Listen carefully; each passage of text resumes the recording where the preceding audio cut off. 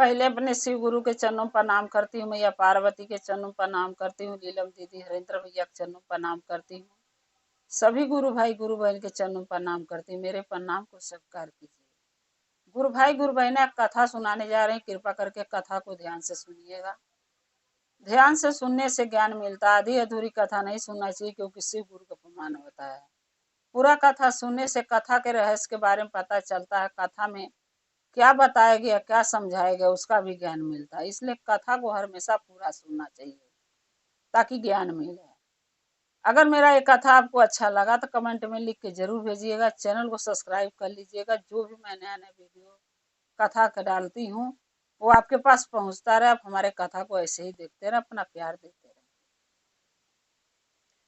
गुरु भाई गुरु बहना, जो आज हम कथा कहने जा रहे हैं एक कहाइन का है। यानी गांव में उसको कहाइन कहते हैं और यहाँ पनिहारन कहते हैं शहर में। तो एक गांव में एक राजा रहते थे। तो पहले के जमाने में जो राजा महाराजा थे, चाहे बाबा पंडित लोग बड़े बड़े रहते थे, चाहे कोई आम इंसान भी रहता था, तो पहले जो है कि बावड़ी था, कुइया था पानी भरने के लिए। ये कहना है नल नहीं था, बोर नहीं था। आजकल तो मोटर लगा दो, घर में पानी टंकी भरा जा रहा, नल भी नहीं चलाना पड़ रहा है। पहले के जमाना में ये सब चीज नहीं था। तो लोग जो भी काम कराते थे तो कहाइन से, कहाइन आती थी, पानी भरती थी, शादी ब्याह में भी बर्तन भी धोती थी। कहाइन के लोग काम दे देता लोग, क्योंकि घर के औरतें बावड़ी में चाहे कुइया पर पानी भरने नहीं जा सकती ना, बड़े बड़े लोग घर के। तो ऐसे ही एक गांव में एक राजा रहते थे। राजा जो थे कि उनको राजमहल के बगल में एक बावड़ी खाना रखे थे, कुइया। तो अपने घर में एक कहाइन रखे थे, यानी यहाँ की भाषा में जो पनिहारन कहते हैं, वो कहाइन के रखे थे। तो कहाइन के काम क्या था कि दिन भर वो पानी ही ढोती थी। तो पहले जो पानी लोग ढोते थे तो बहिंगा रहता था, बहिंगा यानी मान लो कि यहाँ की भाषा में जो कांवर लेके लोग जाते हैं बाबा धाम चाहे हरिद्वार, तो दोनों साइड जो मटके रखे होते हैं कलश, ऐसे वो बहिंगा पहले कहते थे। उस पर दोनों साइड, एक साइड आगे एक साइड पीछे, वो कहाइन मटके में पानी धर लेती थी और दिन भर मनो राजा के घरे पहुंचाती थी। उसका वही नौकरी था। उसके बदले में राजा उसको पैसे देते थे, अपना कमा के घर परिवार वो चलाती थी। और वो जो कहाइन थी वो जो है महादेव की भक्त थी, बहुत बड़ा महादेव का परम भक्त थी। महादेव का चर्चा भजन पूजा हमेशा सुबह शाम करती रहती थी। और कईयों समय मिलता था तो चर्चा में भी चली जाती थी, संग में भी चली जाती थी। तो कहाइन जिस बावड़ी से, जिस कुइया से पानी भर के राजा के घर पे पहुंचाती थी, उसी रास्ते में एक मंदिर था महादेव के। तो कहाइन मंदिर भी क्या करती थी, पहले राजा के घर पानी पहुंचा के फिर मंदिर में भी पानी ले जाती थी। तो मंदिर में जो छोटे छोटे बर्तन रहते थे उसमें भर देती थी और एक मटका पानी महादेव के शिवलिंग पर जल चढ़ा देती थी। एक रोज ने वो कहानी सोचा कि छोटे छोटे मटके में पानी भरती हूँ, लोग आते हैं तुरंत पीते हैं, खत्म हो जाता है। मंदिर में जो आते हैं महादेव का दर्शन करने, अगर बड़ा मटका होता जैसे राजा के घर में है तो कितना अच्छा होता। तो कहानी जाके राजा से बोली राजा साहब, अगर आप कहे तो एक हम बात कहें आपसे। राजा बोले कोई बात नहीं, बोलो क्या काम है। पनिहारन बोली कि एक बड़ा सा मटका मुझे चाहिए, जैसे आप घर में बड़े बड़े मटका पानी रखने को, सब मुझे एक मटका दिलवा दीजिए कुहार के यहाँ से चल के, ताकि मैं उसमें पानी भर सकूं। राजा ने बोले कहाँ पानी भर के धरूंगी। वो कहानी बोली कि राजा साहब वो पानी भर के मैं शिव गुरु ने भोलेनाथ के मंदिर में धरूंगी, मंदिर के बाहर गेट पर, ताकि जो भी राह धर के जाते हैं प्यासे रहते हैं वो अपना पानी पी के प्यास बुझा सकें। तो राजा ने बोला कि ये तो पुण्य का काम है, अच्छी बात है, पुण्य का काम करना चाहिए, चलो मैं एक मटका मंगा के दे देता हूँ। राजा ने अपने नौकरों के भेजा, सिपाही के, बोला एक बड़ा सा मटका ले आओ और एक कहाइन के पनिहारन को दे देना। ये जहां जो रख के पानी भर के रख सकती है, जहां जो करेगी इसको दे आना लेके। जो राजा के सैनिक थे वो एक मटका बड़ा सा लाके और कहाइन को दे दिए। बोले कि लो बहन, तुम्हें जहां रखना है इसको ले आकर रखो। कहाइन ने वो मटका के उठाई और ले आके महादेव के जो मंदिर था, वो मंदिर के गेट पर दरवाजे के बगल में रख दी पानी भर के। अब प्रतिदिन वो कहाइन जो जाती थी पानी भरने, तो राजा का पानी भरने के बाद उस मटके में पानी भरती थी, भर के पानी और मटका वही छोड़ देती थी। जो भी राही आने जाने वाले, मंदिर में महादेव का दर्शन करने वाले भक्त, पूजा पाठ करने वाले जो भी आते थे, जब वो प्यासे होते थे तो उसी मटके से पानी लोग निकाल के पीते थे। लेकिन जो कहाइन थी उसके बाल बच्चे नहीं थे, आदमी भी नहीं थे, बेचारी अकेली रहती थी। लेकिन जब भी वो पूजा पाठ करती थी तो महादेव से ही कहती थी कि हे भोलेनाथ, हमके एक औलाद दे दो, क्योंकि मेरे पास कोई सहारा नहीं। आज जांगर चल रहा, कमा के खा रही हूँ, कल को जांगर नहीं चलेगा तो मैं क्या करूंगी। सो एक औलाद हमें आप दे दो, ताकि जिसके सहारे मैं भी जी सकूं, अपनी जिंदगी काट सकूं, बुढ़ापा मेरा कट सके। रोज दिन यही बात वो महादेव से पूजा करने जाती थी तो बोलती थी। एक रोज मैया पार्वती महादेव कैलाश पर बैठे थे और ये पनिहारन जो कहाइन है, पानी भर के राजा के घर पहुंचा के, आज जो मंदिर के लगे मटका है वहां पानी भर रही थी। जाके पानी भर के मंदिर में जाके फिर महादेव से लगी प्रार्थना करने की, हे भोलेनाथ, हमके एक औलाद दे दीजिए, चाहे कैसो दे दीजिए, किसी के गोद ही मेरे को मिल जाए, क्योंकि अपना तो हो नहीं सकता। लेकिन अगर कोई बच्चा कहीं से मुझे मिल जाए तो मैं गोद ले लूंगी, अपना बना के पाल लूंगी। एक रोज मैया पार्वती महादेव कैलाश पर बैठे थे, तब पार्वती मैया महादेव से बोली कि हे भोलेनाथ, ये जो कहाइन है वो आपका परम भक्त है, पुजारन है आपका, चर्चा भजन दया नमन दोनों टाइम करती है। जब भी समय मिलता है तो आपके कथा चर्चा में भी चली जाती है, लेकिन आप उसको औलाद क्यों नहीं दे रहे हैं। तब महादेव बोले कि देखो पार्वती, जब समय आता है तो हर इंसान को हर चीज मिलता है। समय से पहले न किसी को कुछ मिला है और ना ही मिलेगा। हर चीज समय पर मिलता है, चाहे वो धन हुआ, चाहे औलाद हुआ, चाहे जो भी हुआ, हर समय पर अपने अपने समय पर हर चीज होता है। तो पार्वती बोली कि हे भोलेनाथ, उसका समय कब आएगा। महादेव बोले बहुत जल्द आने वाला है, 2-4 दिन का वो टाइम है, उसके भी गोद में एक बच्चा होगा। लेकिन बस ये है कि उसका अपना बच्चा नहीं होगा, किसी और का बच्चा होगा, जो उसके गोद में डाल दे जाएगा खिलाने के लिए, पालने के लिए। मैया पार्वती बोली ठीक है भोलेनाथ, आपकी जैसे मर्जी। ऐसे करके वो पानी जो कहाइन थी पनिहारन, वो पानी भरती थी मटके में मंदिर के लगे, या महादेव का पूजा पाठ करती थी, और राजा के घर भी पानी भर के अपना पेट पाल चला रही थी, घर परिवार। एक रोज क्या हुआ कि पनिहारन जो है कि राजा के घर पानी भर के देने के बाद मंदिर में गई और एक मटका पानी ले आके उसमें डाल रही थी डिब्बा से, कि ताकि मटका भर जाए। जब डाल रही थी तो क्या देखी कि बालक एक मंदिर में रो रहा है, छोटा बालक, कम से कम 2-4-10 दिन का होगा। वो बालक मंदिर में रो रहा है। अब वो पनिहारन रोआई देख के बालक के पूरा चिल्ला चिल्ला के लोगों के बुलाने लगी कि ये बच्चा किसका है, बच्चा किसका है। कोई नहीं आया, कोई देखने ही नहीं आया, कोई सोने नहीं आया, कोई बोला ही नहीं कि मेरा बच्चा है। अब वो बेचारी क्या करे कहाइन।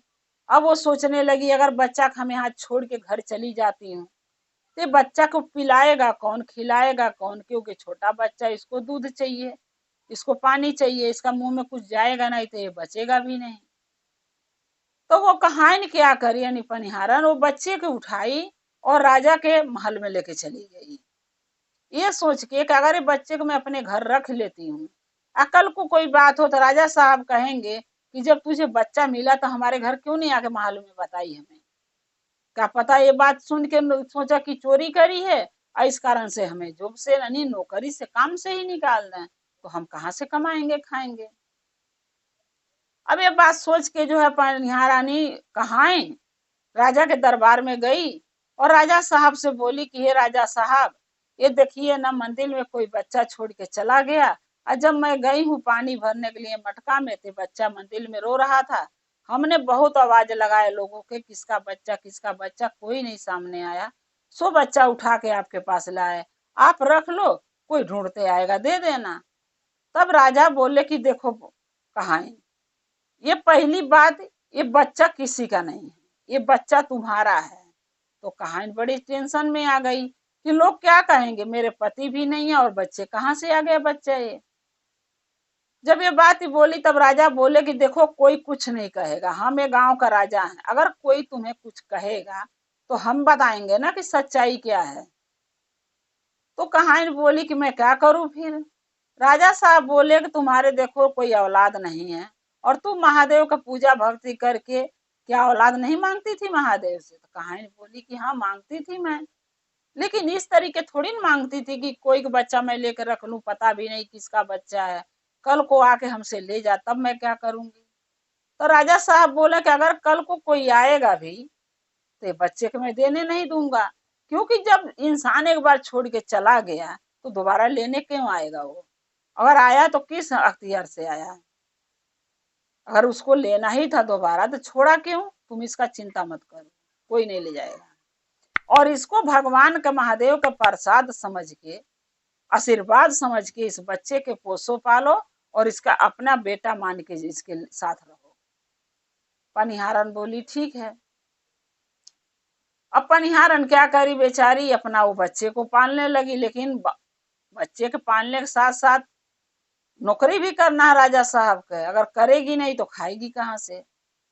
पनिहारन क्या करी बेचारी कि मंदिर में ले जाती थी, अपने बच्चे को छोड़ देती थी, आ दूध दूध पिला के उसको छोड़ देती थी, आ अपना नदी थी बावड़ी से पानी भर के आ जो है राजा के घर पहुंचाती थी। फिर बच्चे के भूख लगे रोए तो फिर उसको दूध पिला दे, फिर उसको सुता के फिर लगा काम करने। ऐसे करते करते कुछ दिन जब बीता तो धीरे धीरे बच्चा 5 साल का हो गया। जब 5 साल के हो गया तो बच्चा भी इतना महादेव के भक्ति चर्चा कथा में बिजी हो गया कि वो स्कूल से आने के बाद सीधा महादेव के मंदिर जाता था, जिस मंदिर से वो मिला था वहीं पर जाके, स्कूल से आवे तो वहीं पर जाके बैठता था और शाम तक वहीं रहे। कब तक, जब तक अरे वो कहां ने अपने बच्चों को घर नहीं ले जा, वहीं पर रहता था, महादेव का पूजा भक्ति करे वहीं पर रहे। यानी वो अपनी माँ से भी ज्यादा महादेव का पूजा भक्ति करने लगा वो बच्चा। एक रोज क्या हुआ कि खाने तक वो बच्चा घर पर नहीं जाता था अपने, कि चल के भोजन कर आऊं। तो कहानी जो थी वो बहुत सोचने लगी, छोटा बच्चा है 5 साल का, अगर ये भोजन नहीं करेगा तो इसकी तबीयत खराब हो जाएगी। तो बहुत बोलती थी बेटा घर चलो भोजन करके चले आना, बोलता था नहीं माँ, मैं घर पर भोजन करने नहीं जाऊंगा, मुझे भूख नहीं है। पनिहारन सोचने लगी कि इसे तो तबीयत खराब हो जाएगी इसकी, खाएगा पिएगा नहीं तो।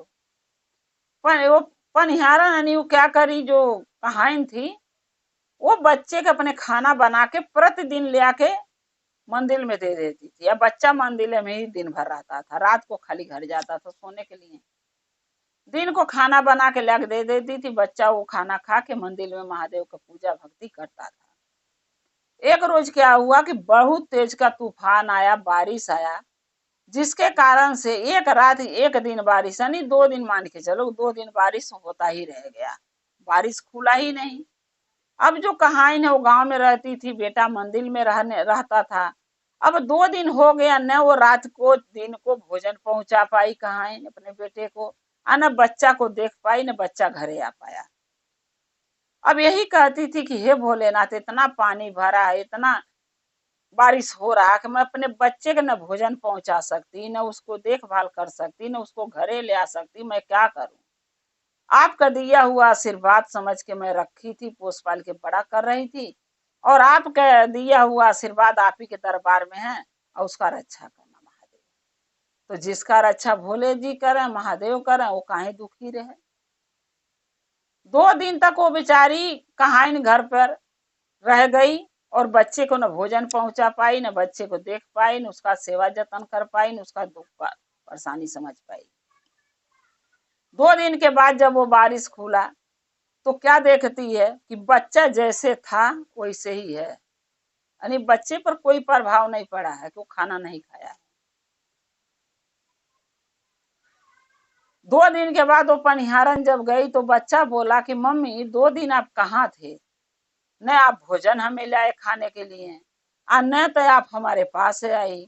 तब पनिहारन वानी वो कहानी बोली कि बेटा क्या करूं, 2 दिन से बारिश हो रहा था और इतनी पानी भरा था कि आने के समय और आने की जगह नहीं मिलता था, इस कारण से नहीं आ पाई। बेटा तुम्हें कोई चीज की दिक्कत तो नहीं हुई? बोला नहीं माँ, मेरे कोई चीज की दिक्कत नहीं हुई।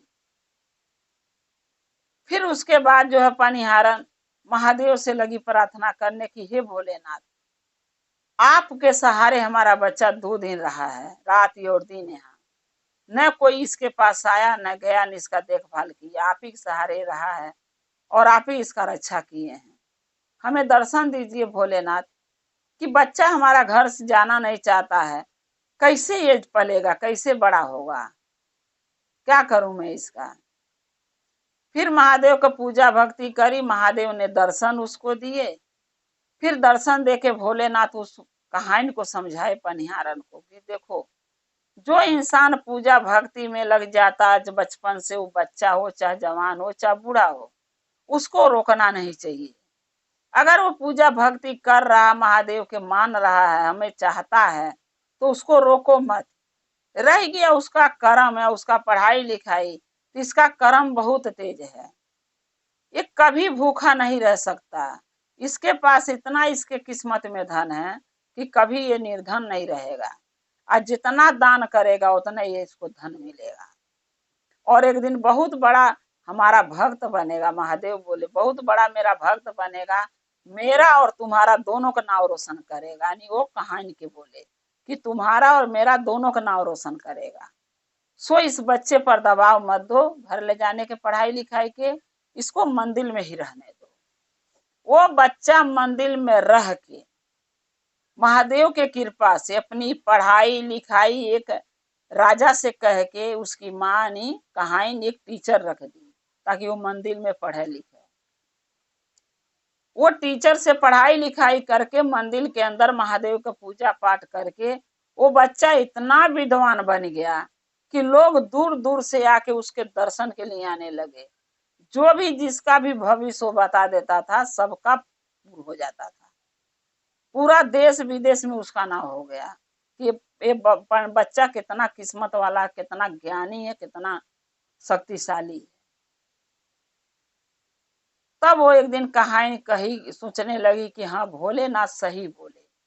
आज मंदिर में रह के महादेव के भी नाव आगे राह बढ़ा दिया बेटा मेरा, और मेरा भी नाव बढ़ा दिया कि फलाने के बेटा है, मैं भी तर गई। तब से वो लड़का मंदिर में महादेव के रहने लगा और उसकी माँ भी जब जांगर थका तो माँ बेटे दोनों मंदिर में रहने लगे, महादेव का पूजा भक्ति करने लगे। और महादेव के कृपा से उसके पास इतना धन दौलत ही रुपया पैसा हो गए कि रोज दान पुण्य करती थी उसकी माँ। यानी वो कहाँ रोज दान पुण्य करती थी। कभी एक समय था कि जो राजा घर में वो नौकरी करती थी, और एक समय ऐसे आया इतना लायक बच्चा मिल गया जो को अपने कोख से जन्म भी नहीं दी, फिर भी बच्चा वो इतना लायक उसको मिल गया कि उसका नाम रोशन कर दिया, आगे बढ़ा दिया। लोग उसके नाम के माला जपते थे, कितना लायक कितना अच्छा बेटा है। और आजकल के भाई गुरु बहिना गुरु भैया ऐसे औलाद हैं जो कोई रो रहा है, कोई दुखी है माँ बाप, कोई परेशान है, लेकिन आजकल का औलाद अपने माँ बाप का नाम रोशन करना, नाम आगे बढ़ाना तो दूर की बात है, अपने माँ बाप की इज्जत ही नहीं करना चाहते हैं, तो और कोई क्या कुछ कहेगा। तो खैर गुरु भाई गुरु बहिना वो तो अपनी अपनी किस्मत है, जिसके किस्मत में महादेव जो लिख दिए हैं, किसका बच्चा लायक बनेगा किसका नालायक बनेगा, किसके किस्मत में सुख है किसके किस्मत में दुख है, वो तो किसी के मान के नहीं। गुरु भाई गुरु बहिना अपनी अपनी भाग में जो लिखा है, जो हम बोए हैं उसको तो काटना ही है। ये कथा गुरु के चरणों में रखते हुए गुरु भाई गुरु बहिना मैं यही कहूंगी कि अगर मेरा एक कथा अच्छा लगा तो कमेंट में लिख के जरूर भेजिएगा, चैनल को सब्सक्राइब कर लीजिएगा अगर आप हमारे चैनल पर नए हैं तो चैनल को सब्सक्राइब जरूर कीजिएगा, ताकि हम जो भी नया नया कथा चैनल पर डालती हूँ आपके पास पहुंचता रहे। आप हमारे कथा को देखते रहें, अपना प्यार दुलार देते रहें, और आपका मेरा रिश्ता शिव परिवार से ऐसे ही जुड़ा रहे। हर हर महादेव, घर घर महादेव। महादेव की दया और कृपा आप लोग पर सदा बना रहे। शिव गुरु सदा आप लोग के साथ रहे। जय शिव गुरु महादेव।